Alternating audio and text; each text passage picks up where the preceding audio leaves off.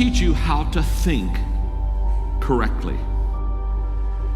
The largest gap between successful and unsuccessful people in life is the thinking gap. I'm not talking about being smart. I'm not talking about an IQ. I'm talking about how you think, how I think. Successful people think differently than unsuccessful people. Wise thinking leads to right living. Stupid thinking leads to wrong living. If you want to have a fulfilled life, you have to fill your mind correctly.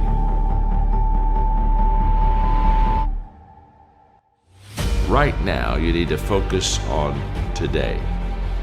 And what I realized so many leaders don't understand is that truly today matters. And we overestimate what we can do tomorrow. We over-exaggerate what we did yesterday, but we underestimate what we can do right now. The only time you have, the only time I have, is now. So the question for all of us is, what am I doing with now? The great leaders, they're present in the moment, and because of that, they maximize the moment. So if you're tempted to take that faraway glance, well, glance. But get right back to the present moment. Because today, you're preparing to make tomorrow a success.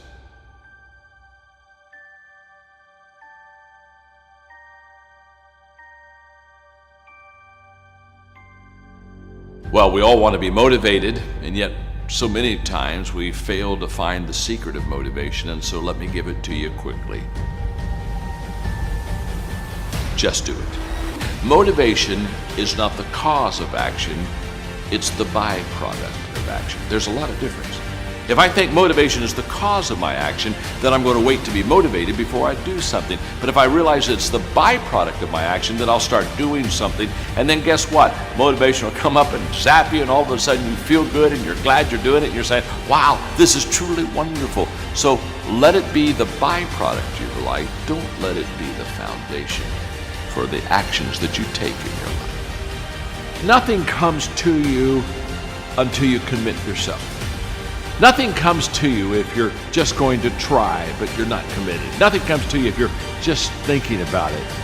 It's not until you take the action step. It's not until you take the direction do the things start to flow through you. But I'm saying don't cheat yourself out of the possibility of the potential that's on the other side of commitment. Stay with it long enough to find out if there's any fruit in it. You can do goal setting with a pencil, but you have to do goal getting with your legs. You got to take action. And it's the action that separates us. The greatest gap in this world is the gap between knowing and doing. Knowing is goal setting. Doing, now that's goal achieving. People that are knowledgeable about habits say that it takes 30 days for a habit to become a habit. Now, habits can be good and habits can be bad. And so over a period of time, you can either be developing habits that are going to help you, or you can be developing habits that are going to hurt you. People that grow develop habits that help them.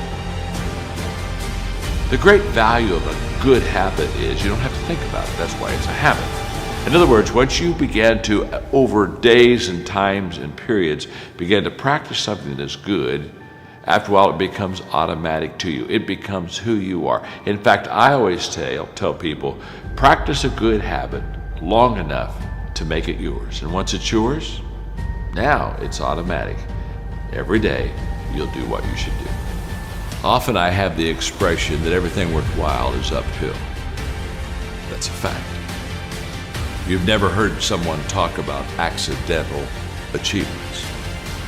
You've never heard someone that got to the top of the mountain and somebody asked them, how did you get there? Kind of look confused and say, I have no idea. They know how they got there. The reason they know how they got there is because they had to walk all the way up the mountain. Nobody lifted them. There were no shortcuts. There's not an elevator. There's not an escalator. It's all effort that gets you to the top of the mountain. What I want you to understand is that inspiration does a lot better when it's coupled with perspiration. There are a whole lot of people, they want to be inspired in great things, but they don't want to do the hard work. to achieve those great things. It's not either or, it's both and. So I really trust today that you will just kind of roll up your sleeves, look at something you haven't tackled for a while, dive in. You'll be amazed that once after you do the work, you get inspired. Don't wait to get inspired before you do the work.